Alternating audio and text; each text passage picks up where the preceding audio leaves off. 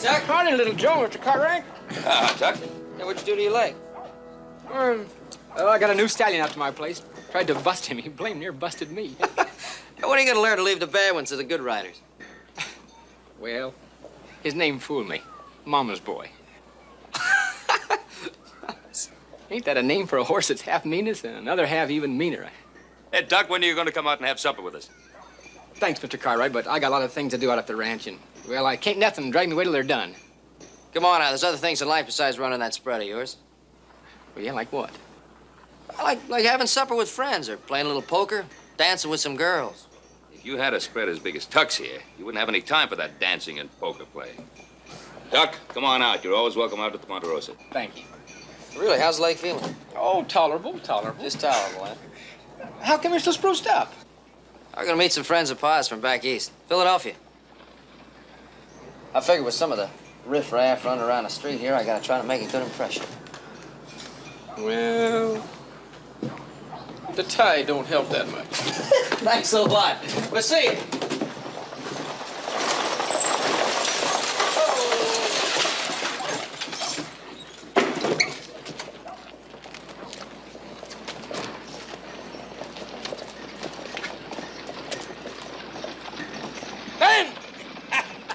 Ben Cartwright, you old... Son of a gun.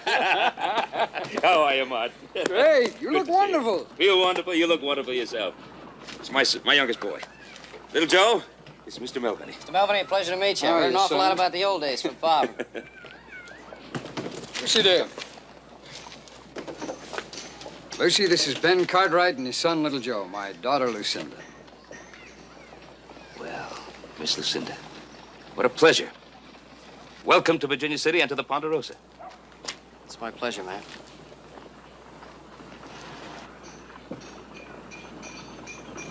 Listen, let me get the bags for you. Which ones are they? Oh, let me give you a hand. No, that's all right. I got them. All right. Here they are right here. These three? That's it. Martin.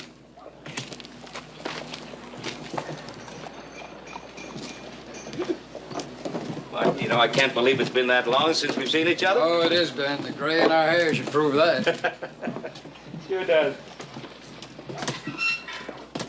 Hey, you didn't tell me about her. Tuck, I thought you were only interested in meeting horses. Thank you, Ben. Oh, thank you, Joe. Right, didn't have too dusty a trip, did you? No, fine trip all the way. Mr. Cartwright, I'd like to accept that kind invitation of yours for supper tonight.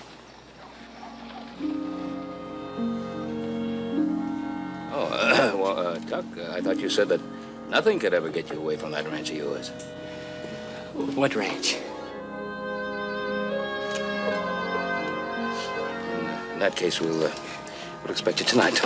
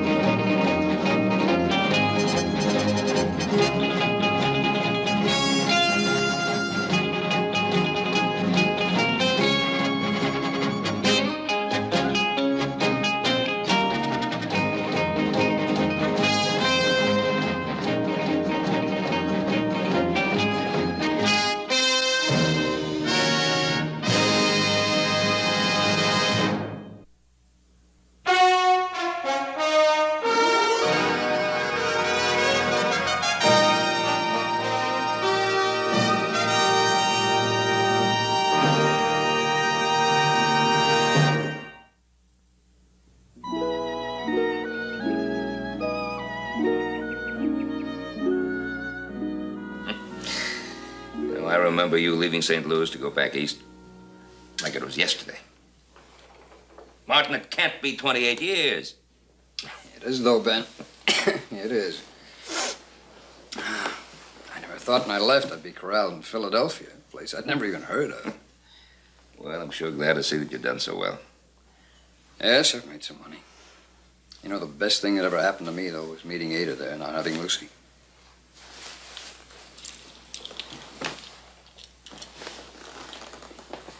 That was Ada. Beautiful woman. Yes, she was. All the way. I lost Ada when Lucy was just 5. Ben, you have no idea what it is to raise a child all by yourself. Oh, of course I don't. No, you're talking about boys. I mean a woman child. I tell you, Ben, the human female filly is a woman grown down instead of up. She's just as hard to make out as her big sister. Lucy's always been a puzzle to me. Well, that's because you spoil the heck out of her. An only child, a girl. No, it's not what bothers me, Ben. See, Lucy was a sickly child. She spent a good many years in bed. And had to take it easy for a long time after that. Well, as a result, she found all of her companionship in books instead of in people. Now that she's grown and healthy, she still does. Mostly poetry and romantic novels. Well, you know, young girls and romantic novels go together like strawberries and cream. Yes, but Lucy gets all of her ideas of life out of these books. She hardly ever comes down to bedrock. I thought that out here where you still have to claw some just to stay alive, she might just come down to earth.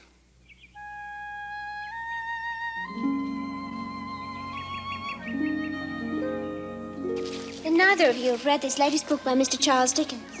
No, not me. Well, I suppose it is understandable. Tale of Two Cities was only published this year. Probably hasn't reached the Virginia City bookstores yet. The bookstores? Yeah, the bookstores. Miss Lucinda, I'd sure admire to read it. Well, I'd be very happy to lend it to you. As soon as I finish reading it.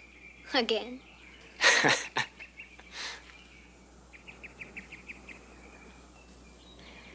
Oh, I'm especially fond of Sidney Carton. Friend of yours? Oh, you are silly. Well, he's a person in the book. Well, the hero, a ne'er-do-well, a drunkard who nobly redeems himself.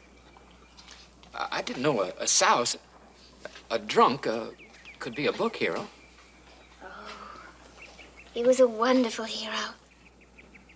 You see, Sidney Carton was in love with a beautiful woman by the name of Lucy Manette. I bet she ain't any prettier than you are, Miss Lucinda. Thank you.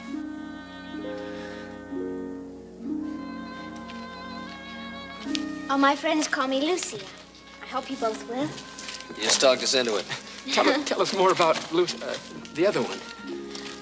Well, Lucy Manette was in love with a handsome man by the name of Charles Darnell. But Charles was in prison, and they were just about to execute him. Oh, but Sidney Carton loved Lucy so much. Do you know what he did? No, tell me. He sneaked into Charles Darnay's cell, drugged him senseless, and took his place in prison. And died in his stead. Just had a pretty nearsighted guard if he couldn't tell the difference between them. Oh, but they looked alike. Now, do you know what Sidney Carton said just as they were about to execute him? What his very last words were? No, what were they? So long, I guess. Oh, nobody ever says so long in a book by Mr. Charles Dickens. Well, not when they're about to die, anyway. No, what he said was, "It is a far, far better thing I do than anything I have ever done."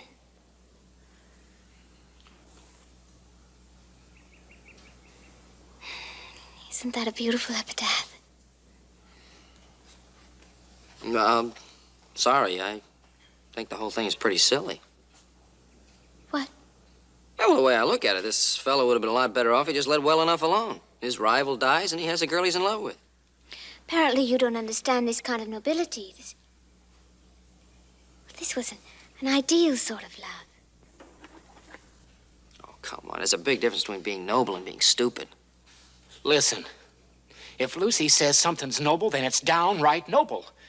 And don't you go saying anything she says is stupid. Look, I'm not arguing with Lucy. I'm arguing with this fella Dickens, the guy who wrote the book. What, are you taking up for Dickens or something? Don't you start weaseling. Who's weaseling? He ain't here, and she is. And if she says something is noble, it is. And don't say anything she says is silly. Look, if I want to say that something is silly that this guy Dickens says, or he's stupid, or anything I want to say, I'm going to say it. Whether it's Dickens or this guy Carton or Napoleon Bonaparte, if I want to say it. Joseph? Supper's ready.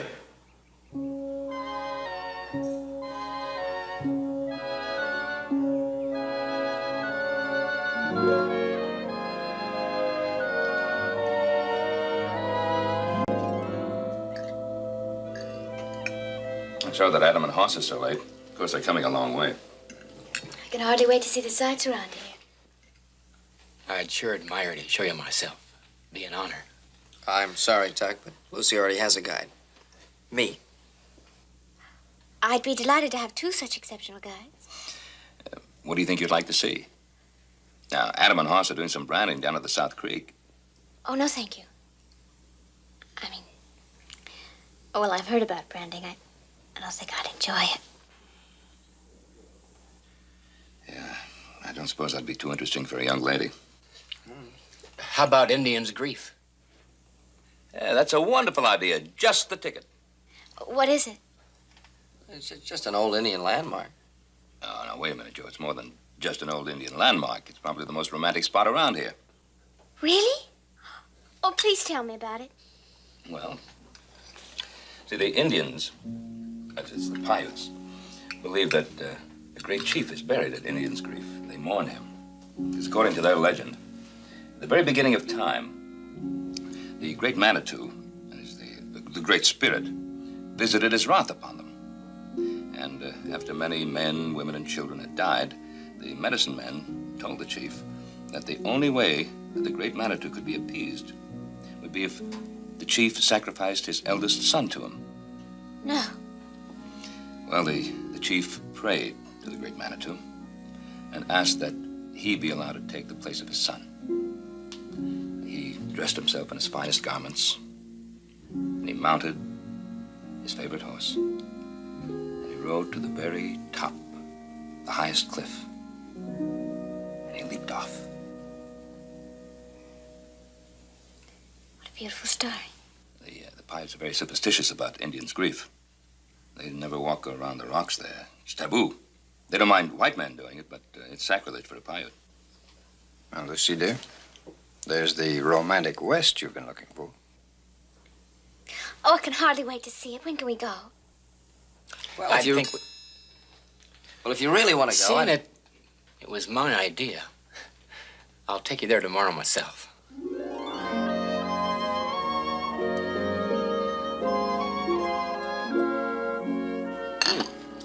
How about some more cake?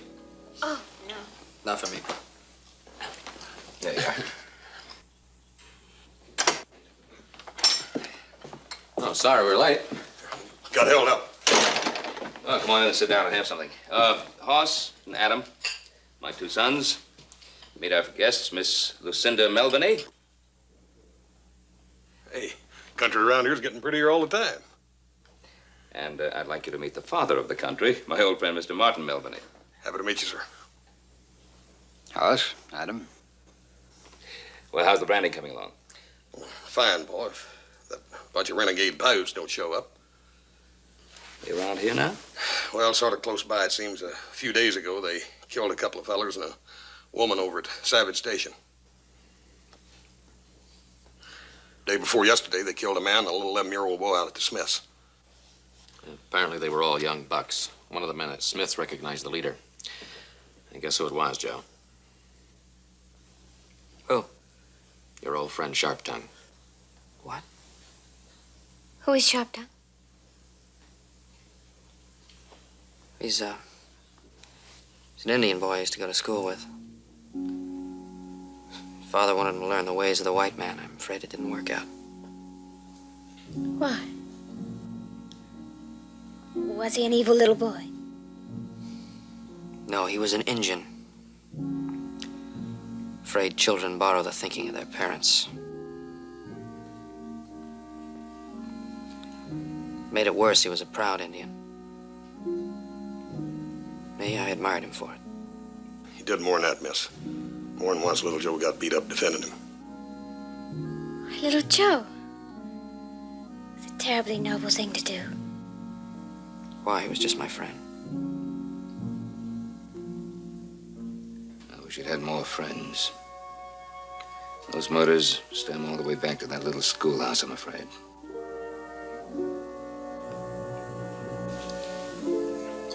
Probably get worse.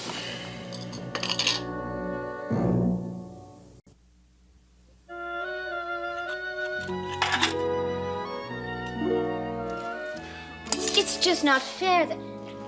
You should take me to see Indian's Grief now. You promised days ago, and here you are, you're just backing down on your promise.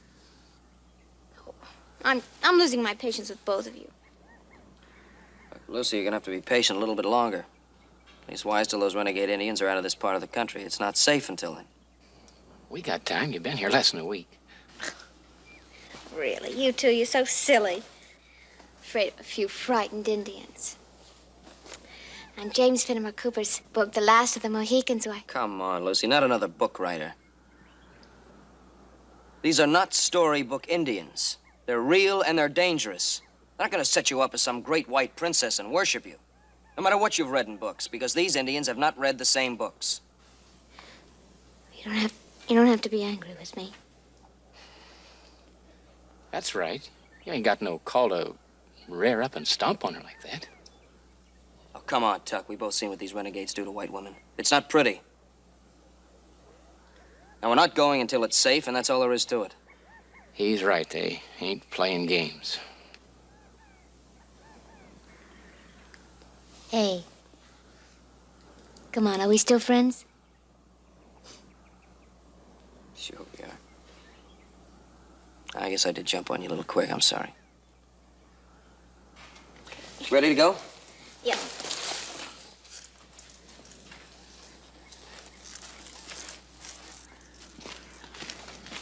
Hey, wait a second. It looks like a little stone bruise. Be all right tomorrow. Lucy, you'll have to ride with me now. Slow down a minute. My horse has got a gait like a rocking chair. Lucy's gonna be a lot more comfortable back of me. You gotta think of her. You know, Tuck, I just don't believe you. You're so noble. You know, you make that fella Sid Carton look like a tin horn. I'll tell you what we'll do, though. We'll flip a coin for it. Let me see that there coin. If you can't trust your friends, who can you trust? Call it in the air. Heads. Doggone.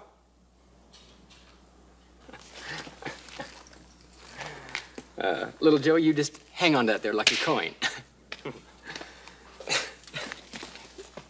Tuck. That's the lame horse.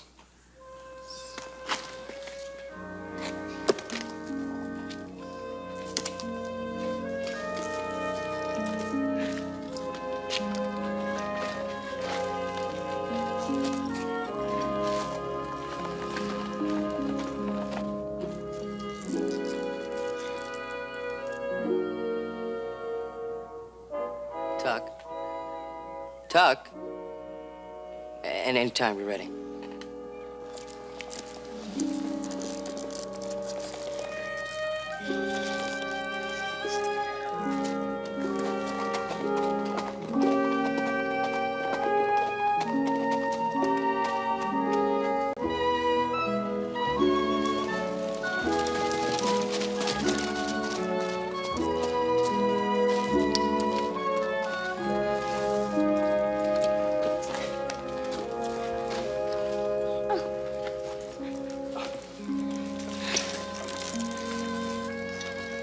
Thank you, Tuck.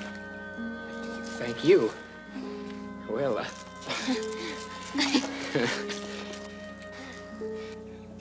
well, so long. So long, little Joe. See you, Tuck. See you tomorrow, Lucy. Bye, Tuck.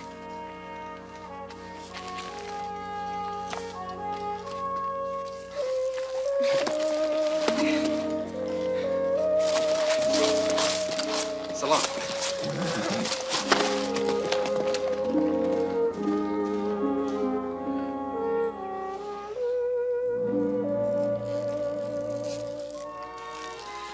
You really think you're being fair to Tuck? Fair? Yeah. You know, Tuck's whole life has been the ranch. Ever since he was a little boy before his folks died, that's all he's thought about. Never even had a girl of his own. And all of a sudden you come along, and he falls for you. I like Tuck. I like him very much. Everybody likes Tuck. There's a big difference between like and the way he feels about you. He seemed to be very sure that I couldn't learn to return that love. You and Tuck? No. You don't have anything in common. Nothing at all, but it doesn't matter to Tuck because he loves you. You know, to him, you're not even a girl. You're a princess out of a storybook. Oh, little Joe. Sometimes a girl wants to be treated like a princess.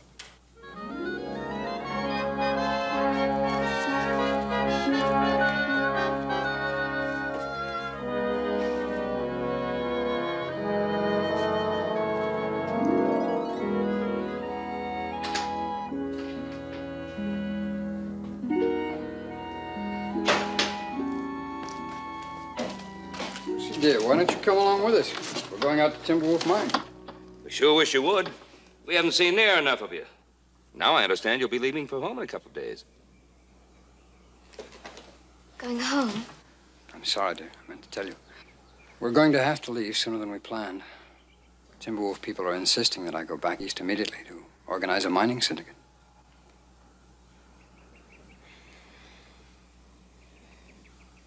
I understand, Daddy. All right, dear. Mr. Cartwright, I hope you'll excuse me. I'm really very tired. I think I'll just stay here and rest. Of course. You take care, dear. Here! We'll see it.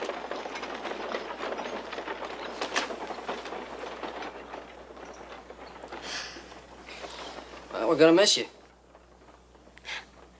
Thank you. Well, I'll miss everything. Gee, I'm afraid my whole morning's pretty well taken up. I have to deliver some supplies to my brothers down in South Creek.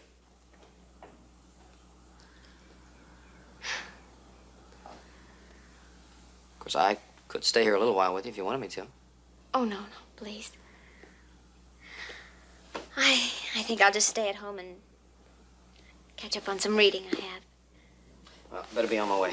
You sure you don't want me to stay with you? No, please. Okay. We'll see you later.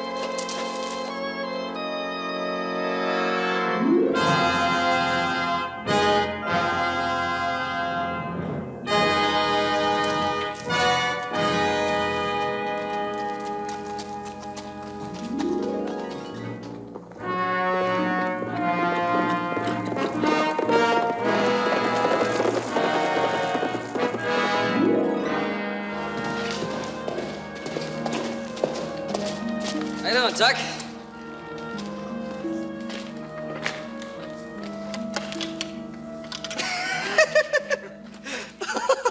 Oh, no, don't tell me. Yeah, I tried to bust Mama's boy this morning. That dang horse rode me again. Getting tiresome of him stepping on the same foot. You'd think he'd want some variety. I noticed it didn't stop you from courting Lucy, though. Where is Lucy? She's in the house, isn't she? Oh, I figured she's with you. The horse she's been riding's gone. It's funny. She said she was going to stay around the house and read.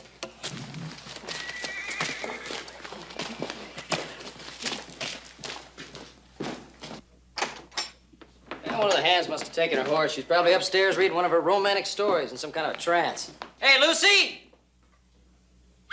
Hey, Lucy! Now, knowing that girl, she's probably hiding somewhere under the furniture, laughing about it. Hey, Lucy, you in the kitchen?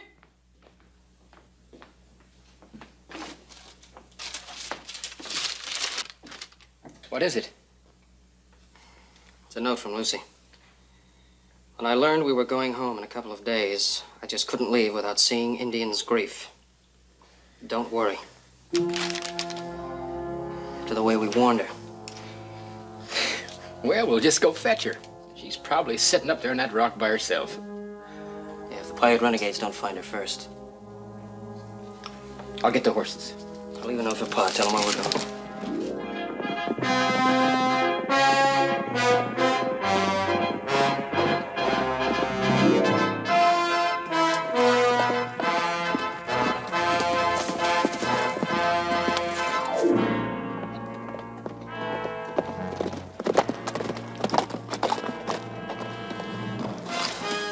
Indian's grief.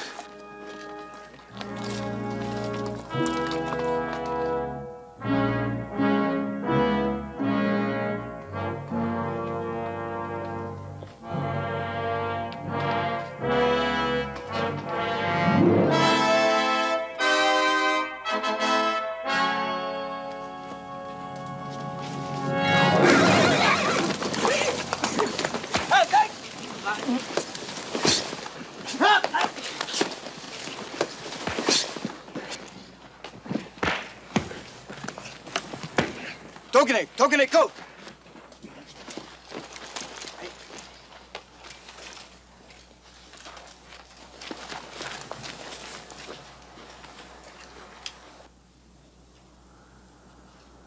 Sharptown. Joe Cartwright. It's been a long time.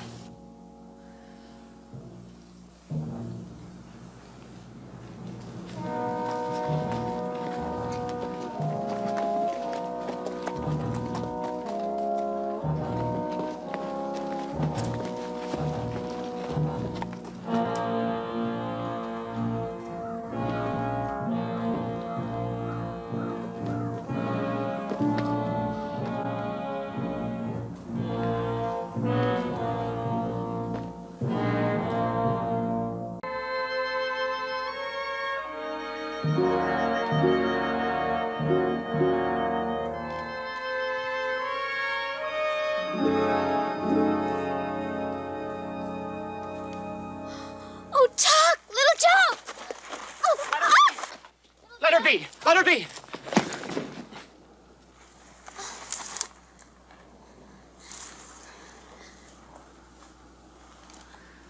I see you've changed your name, Sharptongue. Now they call you he who scares women. You used to speak for me, Cartwright. Now you speak against me. I used to speak for the man who was my friend. I don't know you anymore. I have changed. I no longer take insults. I no longer take beatings. I no longer am a boy in the white man's school. So now you spend the rest of your life killing innocent people for the insults of ignorant children. I was a child, too. You're not a child anymore. You know, you once told me that the ways of the Indian were better and wiser than those of the white man. Is this how you prove it? By burning, by murdering? By proving that you're worse than the worst of us? Paiute still better than white man. You'll see. The only thing I'll see is you hanging from the end of a rope. No. I saw this shirt in a dream. When I woke, I made shirt, just like in dream. As long as I wear shirt, nothing evil can happen to me. Manitou himself promised it in the dream.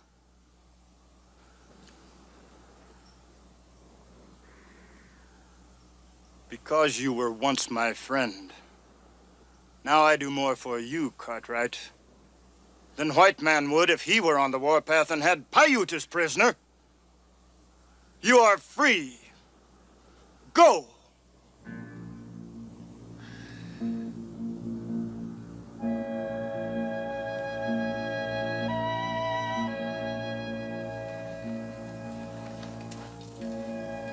She's my woman. He's my friend, as we were friends in school. Let them go, too. She is pretty for a white woman.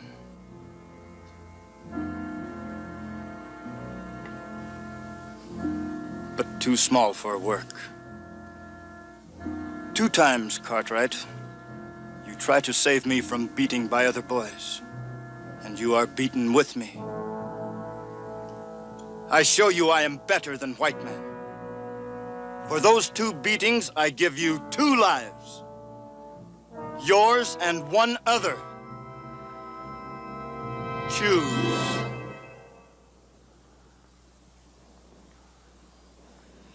What are you waiting for? Take her with you. Go on. Please. Come on. Tom! Go away with him, Lucy. Please. I'll be all right. Go quickly, Cartwright, and do not come back. The next time we meet, remember, I will owe you nothing.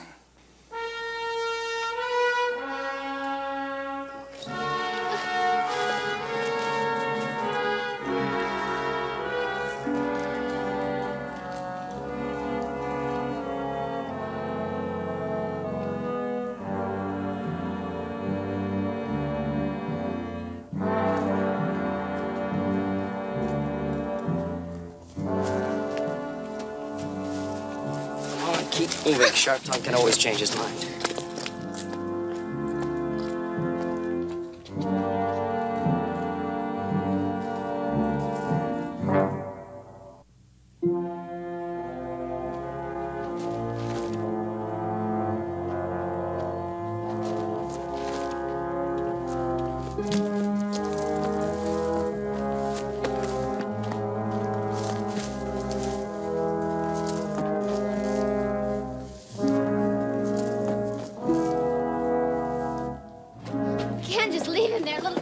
Stay put and be quiet.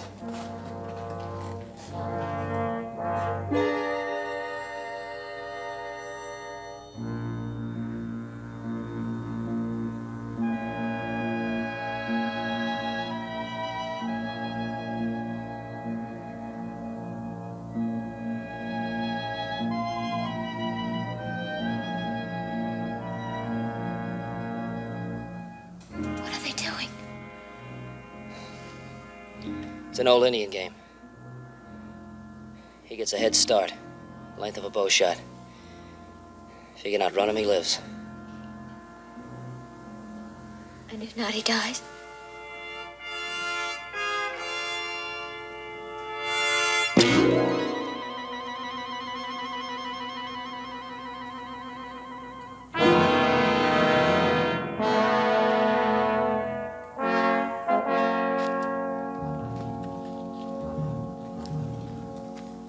Kawina!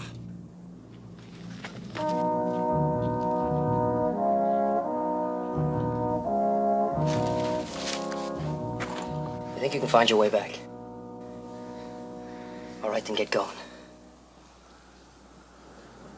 He can't die now. I love him, little Joe.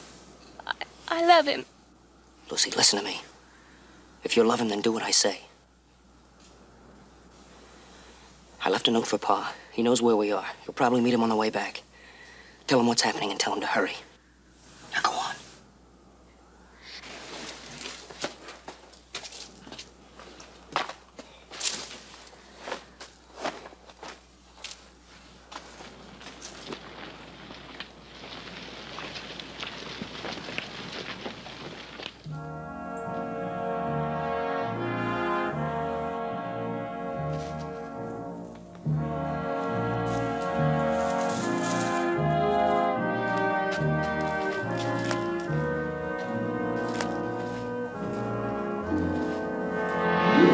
Sharp tongue!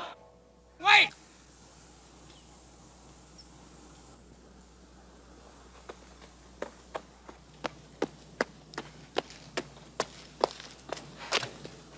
Since when does Sharp Tongue play woman's sport? I told you the next time we meet, I would kill you.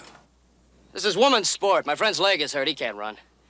If you want sport worthy of a warrior, let me take his place. Let him go free. And try to kill me if you can. I could always outfight you and outrun you. I still can. You know the game.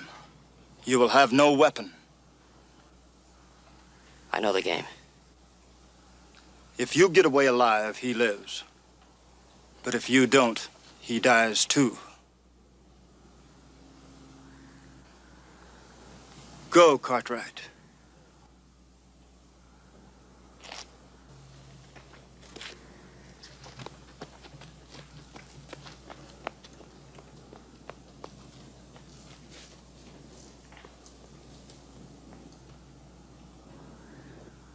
Be ashamed! What's going on? I'm taking your place. You can't do it. With that leg, you wouldn't have a chance. Now get going.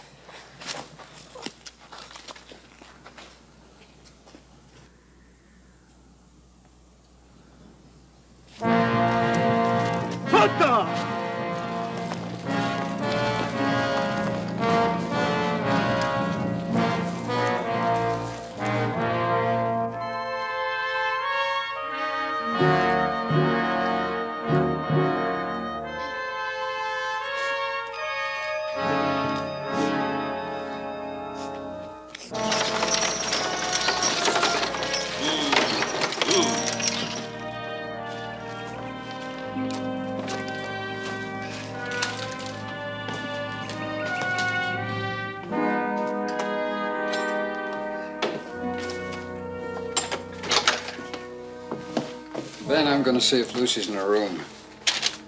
Martin, Yes, Ben? Lucy's not in the room. What? According to Little Joe's note here, she was headed for Indian's Grief. Yeah, the renegade pirates were seen around there. Shall we get some more men? No, there's no time for that. Let's go.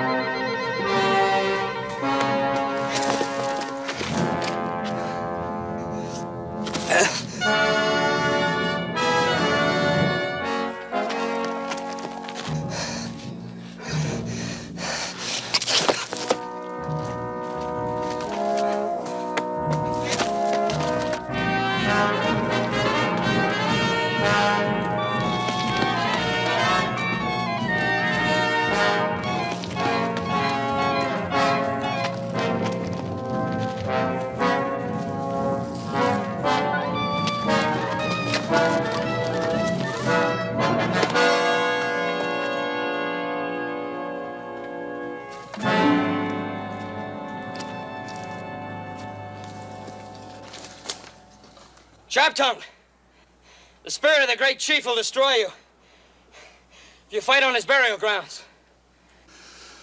My shirt will protect me. Uno Hashif. Cartwright, now I kill you.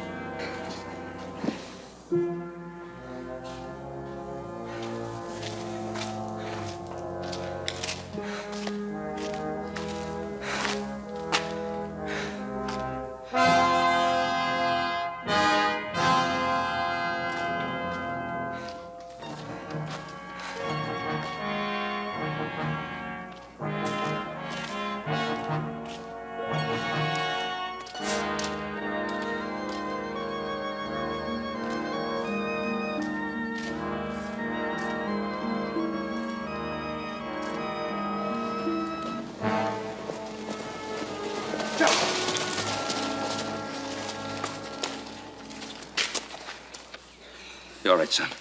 You all right? Yep, I'm fine. Yeah, I had to kill Sharptongue. The rest of his braves rode off towards the reservation. Well, without Sharptongue, they have no leader, no purpose. Let's go home. Little Joe, thank you, son. Thank you very much. Me too. Little Joe. I'm sorry that my foolish romantic curiosity almost got you killed. But you were as noble as Sidney Carton.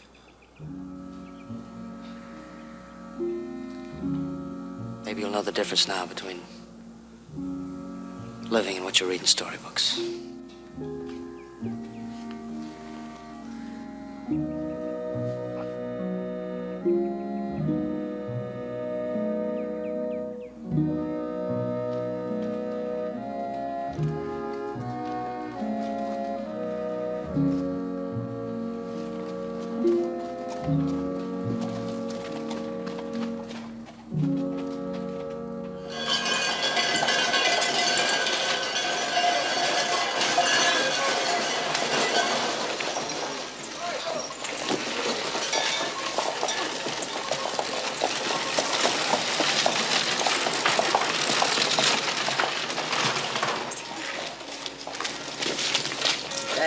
Wait, not so fast. Doesn't the best man get a kiss from the bride? Now, what about the ushers? Hey, you got your kiss back at the wedding. Oh, wait a minute. When you got a whole gold mine, you ain't gonna be chinchy over a couple of little nuggets, are you? Yeah. Take your nuggets and make them small. Look. Good luck. Thank you, little Joe. Little Joe, I've learned my lesson. Oh, I'm gonna be a good wife to him. I'm gonna cook for him. I'm gonna be practical. I'm going to even learn to sew and make my own clothes. I know you will. All right, little Joe. Our turn now. Little Joe, I'd admire having a word with you. Sure, bridegroom. Excuse me, honey. What's up? I just want you to know, I especially appreciate your saving me. Oh, come on, forget it. What kind of you being in love with Lucy yourself? What? I realize you didn't want to own up to it out there at Indian's Grief, but I know the truth. And I know it took a lot to save the life of a fella who was in love with your best girl. Who did that? Don't. Listen. You did exactly what that carton hombre did in that there book of Lucy's. Are you out of your head? I didn't... Don't you fret. I ain't gonna tell anybody, especially Lucy. Doug, come on. Hey, Tuck, that steak is ready. Thank you, Mr. Cartwright. Tuck, my very best wishes. Thank you. I don't. Pop? Take good care of her, Tuck. I will. Watch your head.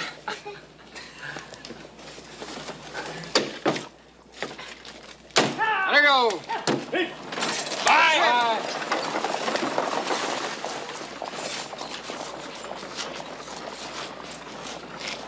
What's the matter, General? What's the matter? I just can't believe it.